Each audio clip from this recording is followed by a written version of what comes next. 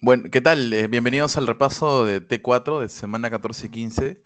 Recuerden que de esas semanas viene la mitad del examen, ya, así que hemos sintetizado algo los temas que más pueden venir, ¿ok? Vamos a empezar viendo la histología del tejido óseo. Ya, el tejido óseo. El tejido óseo tiene cuatro celulitas y muy importantes, siendo la célula progenitora la que nos va a diferenciar en dos celulitas, osteoblastos, que luego cuando maduran se denominan osteocitos. ¿Sí? Estas tres celulitas, las células progenitoras, los osteoblastos, los osteocitos, son de la misma línea, ya son de la misma línea de evolución, por así decirlo. En cambio, los osteoclastos son una diferencia de un monocito de forma embriológica, ya son primos con los macrófagos, no se olviden. Los osteoclastos derivan del mesodermo y todas las células hematopoyéticas, no se olviden, derivan del mesodermo, ¿sí? ¿Cuál es la importancia del osteoclasto y por qué se compara mucho o se le asimila mucho con los macrófagos? Ya que libera enzimas y hace fagocitosis de hueso, por así decirlo, ya que se conoce como resorción ósea. Ya, no se olviden, el osteoclasto viene de un linaje hematopoyético. ¿Qué más? Em, el otro punto es, ¿qué diferencia hay entre un osteoblasto y un osteocito? Punto número uno que está en rojo, ¿no? El osteocito ya no se divide, es una célula quinescente, ¿ya? Recuerden, es una célula quinescente. Em, Ustedes han visto en fundamentos tipo de células según su ciclo celular. Hay lábiles, estables y quinescentes, ¿no? Entonces, una de esas células quinescentes es el osteocito, que cuando ya se madura, ya no experimenta división celular y se queda atascado en lagunas, que vamos a ver más adelante. Bueno, han estudiado, ¿no? Que son lagunas propias del tejido óseo. Los osteoblastos son los que se encargan de sintetizar, de crear la matriz ósea y a su vez de forma indirecta hacer que se deposite, ¿no? Calcio y obviamente inicie la calcificación. Y estos osteoblastos se quedan atrapados dentro de esa matriz ósea calcificada y cuando ya se quedan atrapados se denominan osteocitos, ¿ya? Así que, resumen, la célula progenitora va a diferenciarse en osteoblastos. Estos mismos osteoblastos son los que producen o forman la matriz extracelular ósea, que al calcificarse, ¿sí? Se quedan atrapados y luego se diferencian en osteocitos, que son los que mantienen el metabolismo óseo, más que todo. ¿Ya? Y siempre hay un equilibrio, chicos. Esta parte de hueso es muy importante saberlo porque a partir de primer ciclo, ¿no? Que lo están viendo, lo van a recordar en muchos temas y en muchas patologías, ¿ya? Un ejemplo, esto es muy básico para entender osteoporosis, ¿sí? Para entender también fracturas, ¿ya? Entonces, recuerden que la matriz ósea es una homeostasis, un equilibrio entre producción o síntesis o formación de matriz ósea y resorción, que en otras palabras es la degradación, eh, la digestión del propio hueso generado por los osteoclastos. ¿Ya? Luego vamos a ver tipos de huesitos. ¿Sí? Hay huesos largos, huesos cortos, planos, irregulares, sesamoideos, suturales, según toda esta bibliografía, recuerden, por nuestra Biblia, ¿no? Que es el Tórtora. Ya, Biblia de primer ciclo, porque luego lo van a dejar y van a entrar a las reales Biblias, ¿no? El otro ciclo. ¿Ok? Con respecto a los huesos largos, siempre sepan los ejemplos más que todo. Grábense de memoria los ejemplos de los tipos de hueso. Ya. El fémur, la tibia, el peroné, todos los huesos que son largos, ustedes lo ven desde primaria, algunos desde el jardín. Ya. Los huesos largos son los que tienen las partes en sí definidas, ¿no? De epífisis, que son los extremos, la diáfisis, que es el cuerpo, ¿ya? Y comúnmente recuerden que a nivel histológico el hueso se divide en hueso compacto y hueso esponjoso, ¿sí? El hueso compacto en su mayoría es diáfisis y el hueso esponjoso es epífisis, ¿ya? Recuerden que el hueso esponjoso tiene múltiples trabéculas que nos ayudan a la médula ósea a tener una división, ¿sí? Y a contenerse ahí mismo, ¿no? El hueso compacto es donde se encuentran esas celulitas. Esas celulitas, recuerden, se localizan en huesos compactos, ¿ya? Luego tenemos huesos cortos. Un ejemplo, los huesos de la mano, los huesos del pie son huesos cortos, ¿sí? Huesos planos tenemos a la escápula, que también lo conocemos como omóplato, el esternón, las costillas, los huesos del cráneo, más que todo ya de lo que envuelve la cavidad craneal. Luego tenemos huesos irregulares, ¿sí? Que son, en otras palabras, también conocidos como huesos no clasificables, porque no son planos, ni cortos, ni largos, ¿no? Tienen una forma muy irregular por los nombres. Luego tenemos los huesos sesamoideos, ¿sí? Los huesos sesamoideos, un ejemplo muy común es la rótula, ¿ya? La rótula es el hueso sesamoideo por excelencia que más ejemplifica que son huesos, ¿sí? Que ayudan a proteger tendones, ¿ya? Y eso genera, sí, que haya una ventaja mecánica con respecto a la tensión y la carga física de un ejemplo, ¿no? La articulación de la rodilla. Ya con ese hueso sesamoideo disminuye, ¿no? La carga física que conlleva la rodilla a tener o mantener el peso de todo el cuerpo desde arriba, ¿no? De la rodilla. ¿Ok? Entonces no se olviden, huesos sesamoideos. Articulaciones sinoviales. Sí, articulaciones sinoviales. La articulación sinovial, ya, es un espacio entre existe un espacio en esa articulación en dos huesos, ¿ya? O hasta tres, porque la rótula, un ejemplo en la rodilla, la rótula es un hueso sesamoideo y se puede considerar que está dentro de la articulación de la rodilla, ¿ya? Pero existe un espacio, tiene que haber una cavidad sinovial, porque las articulaciones sinoviales, el punto más importante que es que contienen líquido, ¿ya? Con respecto a las otras articulaciones cartilaginosas, fibrosas, ¿no? Esas que hemos mencionado no tienen líquido sinovial, solamente las sinoviales, ¿ya? Pero para que tengan líquido sinovial tiene que haber celulitas que produzcan este líquido sinovial. Son las celulitas que se encuentran en la membrana sinovial? ¿Sí? La membrana sinovial. ¿Ya? Como ven en la imagen de la derecha, la membrana sinovial es una membrana que está de color rojo, ¿no? Pintado para que se pueda observar mucho mejor. ¿Ya? Es la capa que está en contacto con la cavidad sinovial, ya que ahí produce líquido y ahí se contiene líquido en la cavidad. Externamente existe una cápsula articular. Esta cápsula articular ya está compuesto por una membrana fibrosa, ¿sí? La membrana fibrosa es un tejido conectivo denso, irregular. Ustedes tienen que saber diferenciar entre tejido conectivo laxo y denso.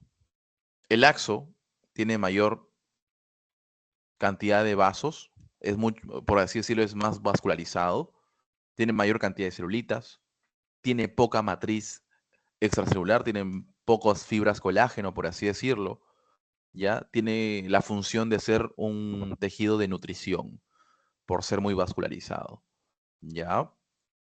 En cambio, el tejido conectivo denso tiene poca cantidad de células. Predominantemente las células que son pocas son fibroblastos y estos a su vez contienen o bueno, producen muchas fibras colágeno, ¿no? Entonces el tejido denso es un 90% fibras colágeno y un 10% de fibroblastos, ¿sí? Son tejidos mucho más resistentes, ¿ya? Entonces la membrana fibrosa es la que envuelve la cápsula articular, ¿sí? Y la capa que está adentro, en contacto con la cavidad, se llama membrana sinovial, ¿ya? Recuerdan que esas articulaciones sinoviales, al tener ya líquido, se vuelven articulaciones muy móviles, ¿ya? Se vuelven móviles, no se olviden. Recuerden que la parte que está entre contacto de hueso y hueso, ¿ya? Es cartílago articular, ¿sí? No se olviden, ahí está, de color celeste, ¿no? Cartílago articular. El cartílago articular es un cartílago a nivel histológico de tipo hialino, ¿ya? Cuando ya sepa mucho más de avanzada, ¿no? La parte de tejidos cartilaginosos. Solo recuerden, ¿no? Que el cartílago hialino es el cartílago de las articulaciones sinoviales, ¿sí? Porque hay cartílago fibroelástico y cartílago fibroso, ya que son... No viene al caso saber exactamente sus diferencias histológicas, solamente conocer que el cartílago articular es un cartílago hialino, ¿ya?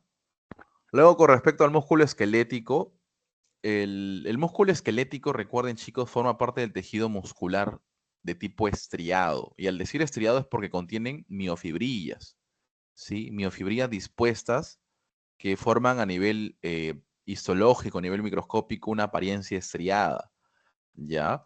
Las fibras musculares son largas, son multinucleadas, ¿sí? Los núcleos se localizan a la periferia del citoplasma o sarcoplasma también llamado, ¿no? Sarcoplasma, ya, de la fibra muscular esquelética, ¿sí? Recuerden que el conjunto de fibras musculares forman fascículos, ya, el conjunto de fibras musculares forman fascículos. Los fascículos son rodeados por un tejido conectivo denominado perimicio, ¿sí? ¿Quién envuelve a los fascículos? El perimicio. No se olviden. Perimicio, que es un tejido conectivo denso y regular. ¿Ya? Es el que envuelve a los fascículos y separa los fascículos. ¿Qué tejido conectivo está dentro de los fascículos entre fibra y fibra? Eso se conoce como endomicio. ¿Ya? El endomicio es muy parecido a lo que habíamos hablado del endoneuro, ¿no? A nivel de nervio periférico. Ambos son tejidos conectivos laxos. ¿Por qué? Porque la fibra muscular necesita vascularización, necesita oxígeno, necesita nutrientes y necesita también tejido hematopoyético, nivel linfático más que todo, macrófagos, ¿no? Y eso se encuentra en los endomicios o en los endoneuros, si hablamos de un nervio periférico, ¿ya? Recuerden que el perineuro también envuelve a los fascículos nerviosos, en cambio el perimicio a los fascículos musculares, ¿ya? ¿Quién envuelve a todos los fascículos? El epimicio, ¿sí? El epimicio es el que envuelve a todos los fascículos que están conformados, recuerden, por perimicio en su parte más externa, ¿no? Entonces el epimicio es la capa más externa, ¿ya? Que también es un tejido denso y regular.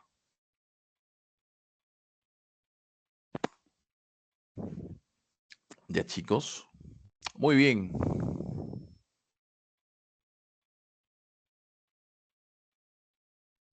Ahora vamos a entrar con la parte del timo, ¿sí?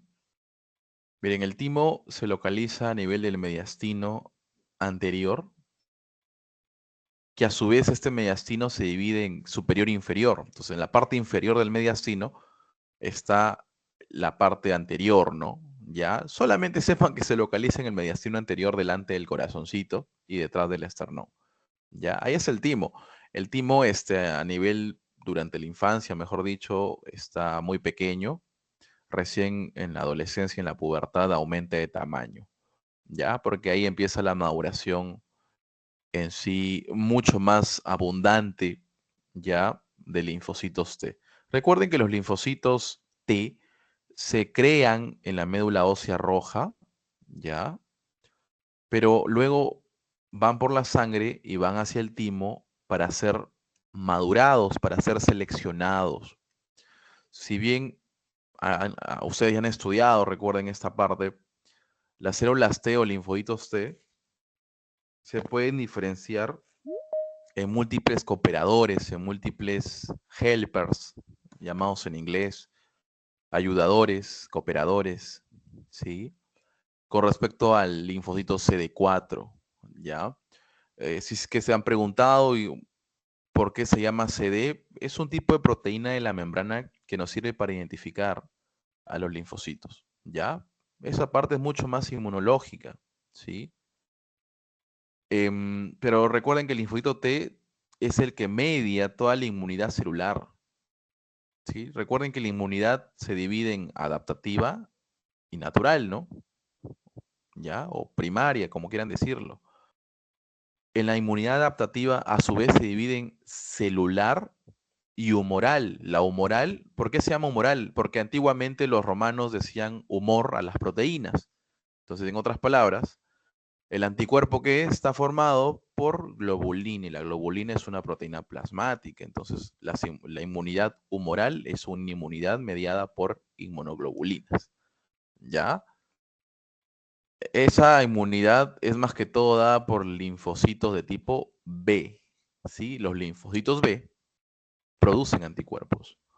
Los linfocitos T se diferencian en subtipos de linfocitos T, que me dan todo un mecanismo de inmunidad celular, puramente celular.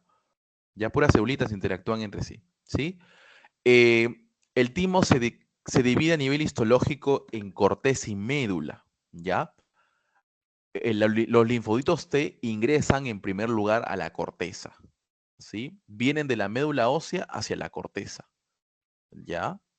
Y de la corteza, las células retículo endoteliales, perdón, retículo epiteliales, no se olviden eso, ¿no? Retículo epiteliales. Sepan el porqué de cada cosa, ¿no? ¿Por qué se llaman retículo epiteliales? Porque la palabra reticular viene de red, ¿sí? Entonces, las células retículo epiteliales forman como una red donde se van acumulando linfocitos T y le van presentando antígenos propios, ¿sí? ¿Qué es un antígeno? Es una partícula que puede ser proteica en su mayoría. En su mayoría es proteica. Son péptidos, eh, propios componentes estructurales de celulitas. Entonces, un ejemplo, la célula retículo epitelial le presenta un antígeno propio de nosotros, de cualquier parte del cuerpo. Y si el linfocito T se entrena y no reacciona contra ese antígeno, lo seleccionan, ¿ya? Eso se denomina selección positiva, ¿sí?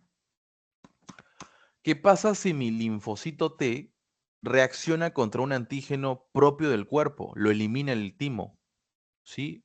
El timo lo mata.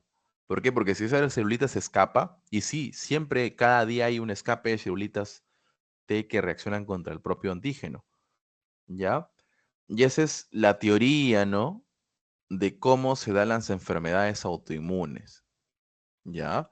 ¿Qué es una enfermedad autoinmune, chicos? Es una enfermedad en sí que los linfocitos atacan a los propios órganos del paciente. Y eso es porque ha habido una falla en el timo, ¿ya? Entonces, nuestro timo nos ayuda a que no tengamos enfermedades autoinmunes de forma indirecta, ¿no? Porque existen otros factores, ¿ya? Luego de haber pasado el filtro, ¿no? Del examen en la corteza, el linfocito T pasa a la médula. Y en la médula, ¿sí? También le van a presentar antígenos, ¿ya? Y va a ser una selección ya denominada selección negativa. Entonces, la positiva es en la corteza, la negativa en la médula. ¿Ya, chicos? Ya las células T acá maduran, ¿sí? Están competentes, las que no son se eliminan y por así decirlo, la matan ahí, en la médula. ¿Dónde la matan? En los corpúsculos de Hassel, ¿ya? Recuerden que los corpúsculos de Hassel actúan como sitios de muerte de las células T en la médula, ¿sí? También los corpúsculos de Hassel están conformados por células retículo epiteliales, ¿ya? Entonces se encuentran en la médula del timo. Muy bien. Conforme avanza la edad, el tejido linfoide del timo es reemplazado por tejido adiposo, ¿ya? Y se va atrofiando el timo con respecto a la edad, ¿no? Va avanzando, ¿ya? Muy bien. Luego tenemos el proceso de hematopoiesis, ¿no? Recuerden que la hematopoiesis viene dándose desde a nivel embrión, ¿ya? También tienen que saber términos cuando estudien, ¿no? ¿Qué es un embrión y qué es un feto? El embrión es menos de 8 semanas, ¿ya? No de gestación, sino desde la creación del cigoto, ¿sí? Del huevo o cigoto. A partir de las 8 semanas de desarrollo embriológico se denomina ya feto.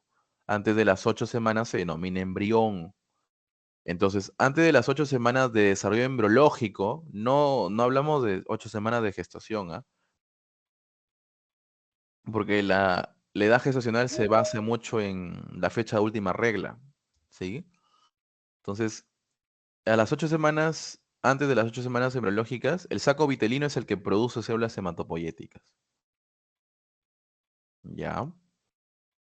Luego, en el proceso fetal, el hígado, el vaso, el timo y hasta los ganglios linfáticos, según el Tordora, son los que producen las células de la sangre a nivel fetal. Ya cuando uno nace, la médula ósea roja toma ese poder, esa tutela, y el resto de celulitas, perdón, de órganos ya no tienen esa función, ¿sí? Es por eso que el hígado, el vaso y la médula comparten los mismos capilares, que son los capilares sinusoidales, ¿sí? Recuerden que los capilares sinusoidales son un tipo de capilar que tiene una membrana basal discontinua para que así las celulitas de gran tamaño puedan traspasar los vasos sanguíneos. Y eso me sirve en la médula ósea. ¿Ya? La médula ósea roja se localiza a nivel de la epífisis proximal del húmero, en el fémur también, a nivel del esternón y la pelvis. El hueso de la pelvis es un gran contenido de médula ósea. El resto de huesos no tiene médula ósea, es muy pobre, ¿sí? Solamente esos huesos tienen médula ósea, ¿ya? Recuerden que, creo que esas las últimas diapos. Ajá, ya. Recuerden, chicos, un ejemplo, ¿no? La línea de células madres pluripotenciales son de las células que van a diferenciarse en dos líneas, la línea mieloide y la línea linfoide, ¿sí? Antes de esas dos existe una célula madre pluripotencial, ¿ya? Que también se conoce a nivel embriológico como una célula mesénquima, ¿ya? Estas células mesenquimatosas, que son células madres pluripotenciales que se pueden diferenciar en múltiples tejidos, ¿no? Tejidos, se diferencian en una célula madre mieloide y en una linfoide. La célula madre linfoide ya se va a diferenciar en en linfoblastos, ¿no? Linfoblasto T, B, ¿sí? A su vez, estos maduran y forman los linfocitos T y B, ¿no? ¿Ya? ¿Qué más? La célula madre mieloide, la línea mieloide, nos va a dar la serie plaquetaria o la línea plaquetaria, la línea roja, la línea de eritrocitos, ¿ya? Esa que significa UFC no es de pelea, es células formadoras de colonias, también conocido como unidades formadoras de colonias, ¿sí? Que son las células madre de esa línea nada más, ya de la línea eritrocítica, un ejemplo. Entonces, el eritrocito, ¿sí? Viene de la célula madre mieloide, no te olvides. Las plaquetas vienen de una célula madre mieloide, ¿ya? El eosinófilo, el basófilo, el neutrófilo, el monocito, viene de una célula madre mieloide, ¿sí? No te olvides también que los leucocitos se clasifican en células con gránulos en su citoplasma, que son los eosinófilos, los basófilos y los neutrófilos, y leucocitos sin gránulos, monocitos y linfocitos, ¿ya?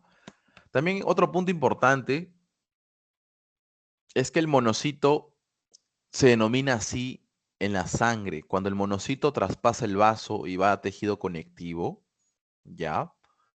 Va a tejido conectivo, se conoce como macrófago, ¿sí? Como macrófago. El macrófago, a su vez, a nivel embriológico, puede ir de frente a un tejido y quedarse ahí para siempre. Un ejemplo, un macrófago que a nivel embriológico se localiza en el sistema nervioso, se conoce como microglía, ¿ya? Cuando se localiza en el hígado, se conoce como célula de Kupffer. Cuando se localiza en el hueso, se conoce como osteoclasto, ¿ya? Cuando se localiza en el alvéolo, célula del polvo, macrófago alveolar. ¿Sí? Son macrófagos residentes de ahí, viven ahí. No tiene que ir la médula recién a producir el monocito para que el macrófago recién vaya al órgano. Ya están ahí localizados. ¿Ya? Muy bien. El ganglio linfático, chicos, miren, el ganglio linfático tiene tres tipos de capas, ¿ya? La corteza, la paracorteza y la médula. Según nuestro tórtora, la corteza propiamente la denominan corteza superficial, es la corteza que está, por así decirlo, es el tejido que está pegado a la cápsula, ya que está más cerca de la cápsula, más externo, ¿sí? Luego la paracorteza o corteza interna es una parte entre la corteza superficial y la médula, ¿ya? Pero no te olvides, la corteza superficial contiene nódulos linfáticos o folículos linfoides, ¿sí? Folículos linfoides, no se olviden. Los folículos linfoides se pueden dividir en primario o secundario, siempre y cuando el secundario es cuando existe ya una activación, porque existe una bacteria, existe alguna enfermedad o alguna inflamación, ¿no? Que ya esos folículos se activan y cuando se activan forman un centro germinal, ¿sí? ¿Por qué? Porque el primario es solamente un conjunto de linfocitos B, nada más. Ese es primario, ¿ah? Cuando viene ya el antígeno, cuando viene algo extraño, cuando existe una inflamación, se activan los linfocitos y son una fuente rica de producción de inmunoglobulinas. Pero para producir inmunoglobulinas, no te olvides, el linfocito B tiene que transformarse en célula plasmática, ¿ya? O plasmocito, también llamado así, ¿ya? Plasmática o célula plasmática o plasmocito. Entonces, cuando se diferencien eso, se forma un centro de puro plasmocito que se conoce como centro germinal. Y ahí recién denominamos folículo secundario, cuando tiene centro germinal, ¿ya? La paracorteza o corteza interna solamente está conteniendo, ¿no?, linfocitos T. La médula T es un combinado de linfocitos B, de macrófagos, de linfocitos T también, ¿sí? Em, Nada más, chicos. Eso es con respecto al ganglio linfático, ¿no? Y para terminar, tenemos la hemostasia. Son 4 pasos importantes. Vasoespasmo, la hemostasia primaria, que el objetivo de la hemostasia primaria es formar eh, el tapón plaquetario o el coágulo plaquetario. Y la hemostasia secundaria, que es la formación de fibrina y estabilizar el coágulo, ¿ya? Y luego tenemos la parte reguladora, que es el cuarto paso, que es la fibrinólisis. Siempre cuando se rompe un vasito existe un vasoespasmo, ¿no? Una vasoconstricción refleja, ¿sí? No se olvide. Luego de eso, de forma inmediata, la exposición del subendotelio, la exposición del tejido de la túnica íntima, el tejido conectivo de la túnica íntima, no se olviden de su histología del vaso sanguíneo, ¿ya? Eh, Cuando se lesiona el endotelio y se expone tejido conectivo, las plaquetas de forma inmediata que están en la sangre circulando se adhieren, ¿sí? Eso se conoce como adhesión. ¿Qué es la adhesión? Plaqueta va al tejido subendotelial, ¿sí? El colágeno del subendotelio se va a adherir con la glucoproteína 1A, 2A de la plaqueta. ¿Sí? El factor de von Willebrand que se libera cuando el endotelio se rompe, el endotelio, ¡pum!, revienta, ¿no?, por alguna lesión. Se libera un montón de factor de von Willebrand y ahí se deposita ahí en la lesión. Ahí es donde se adhieren las plaquetas también, al factor de von Willebrand, gracias a su glucoproteína. Ya no se olviden que el factor de von Willebrand es un factor muy importante en la hemostasia primaria. ¿Ya? ¿Qué más? Luego, ya que la plaqueta se haya adherido al endotelio, otras plaquetas se agregan a las plaquetas ya adheridas. Entonces, la agregación plaquetaria es cuando la plaqueta se une a otra plaqueta. Y eso lo hace mediante la glucoproteína 2B3A. ¿Sí? 2B3A. ¿Ya? Recuerden que los factores que potencian la agregación plaquetaria son la enosina disfosfato, que es la ADP, el tromboxano A2 y la serotonina, ¿sí? Recuerden que la serotonina, ya con el tromboxano A2, también son potentes vasoconstrictores. No te olvides, Los tres son potentes agregantes plaquetarios. ¿Sí? Agregantes plaquetarios. Miren, el tromboxano A2 es primo, ya es primo de las prostaglandinas. No te olvides, prostaglandinas. Es por eso que cuando utilizamos la aspirina, ya, o el ácido acetil salicílico, también conocido como aspirina, este es un inhibidor de la COX, que es una enzima ciclooxigenasa, se conoce, que es la que produce las prostaglandinas, el tromboxano A2, ¿ya? Esa enzima que produce el tromboxano A2 es inhibida por la aspirina. Por eso que la aspirina es el mejor antiagregante plaquetario, ¿ya? También existen otros antiagregantes plaquetarios que inhiben a la ADP, ¿sí? A la ADP. Entonces, como pueden ver que para entender farmacología y para entender los mecanismos de acción de los fármacos, tienen que conocer la fisiología primero, ¿sí? Entonces, esto de acá de hemostasia lo van a repetir un montón de veces en muchos ciclos que siguen. Así que deben de saberlo muy bien, ¿ya chicos? Y esto es muy básico, ¿ah? Ya cuando lleven seguro sistema hematológico como curso, ya lo vamos a ver mucho más profundo, ¿no? Paso 3, la hemostasia secundaria. Esas son más que todo por las vías de coagulación, ¿ya? Recuerden que hay vía extrínseca, vía intrínseca. La vía extrínseca, sus factores activadores son el factor 3 y el factor 7, más que todo el factor 7, que es la proconvertina. La vía intrínseca es activado por el factor 12, el factor de Hyman, ¿ya? Ahí se encuentran los dos factores también. No se olviden de la hemofilia, ¿no? La hemofilia es una enfermedad donde de forma congénita existe una deficiencia del factor 9 o del factor 8, siendo el factor 8 el más frecuente porque la hemofilia de tipo A es la más frecuente en el mundo, ¿sí? No te olvides, la hemofilia afecta a la hemostasia secundaria, afecta a la vía de coagulación. La enfermedad de von Willebrand, que es otra enfermedad muy frecuente, afecta la hemostasia primaria, ¿ya? La trombocitopenia, que es la disminución de plaquetas menos de 100.000, afecta la hemostasia primaria también, ¿sí? Recuerden que el factor 2 es la trombina, que cataliza el fibrinógeno para formar fibrina y así estabilizar el coágulo. No te olvides que la vitamina K regula el factor 2, el factor 7, el factor 9 y el factor 10. ¿Sí?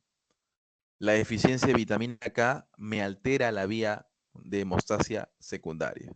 ¿Sí? No te olvides. Hay un fármaco que se conoce como anticoagulante. No, no te confundas antiagregante con anticoagulante. El antiagregante afecta a la hemostasia primaria, inhibiendo el ADP o inhibiendo el tromboxano A2. El anticoagulante me inhibe las vías de coagulación. Y un anticoagulante muy conocido es la warfarina. ¿Ya? La warfarina es un inhibidor de vitamina K. Por lo que indirectamente la warfarina, al inhibir de vitamina K, ¿qué me hace? Altera la vía de coagulación, más que todo a pacientes que están haciendo trombosis. ¿Qué es la trombosis? Es la formación de coágulos de forma excesiva y patológica. Entonces yo no quiero que se formen más coágulos. ¿Cómo hago? Inhibo, ¿no? Inhibo hemostasia primaria, inhibo hemostasia secundaria de forma farmacológica. ¿Ya? Y a su vez, cuando ya existe un coágulo y quiero degradarlo, ¿qué hago? ¿Qué meto en el paciente? Algún factor que me estimule la fibrinólisis. ¿Ya? Entonces, tenemos fibrinólisis. Según el tórtora, la trombina, el factor 7 y el activador tisular de plasminógeno son los que convierten plasminógeno en plasmina. Y la plasmina es la que digiere la fibrina, haciendo que la fibrina se degrade y suelte todo lo que ha formado y así obviamente se lisa el coágulo, ¿no? ¿Ya? Muy bien, chicos. Eso es todo. Estoy en las diapos, bueno, de aquí lo paso, ¿ya? Así que suerte mañana. Cuídense.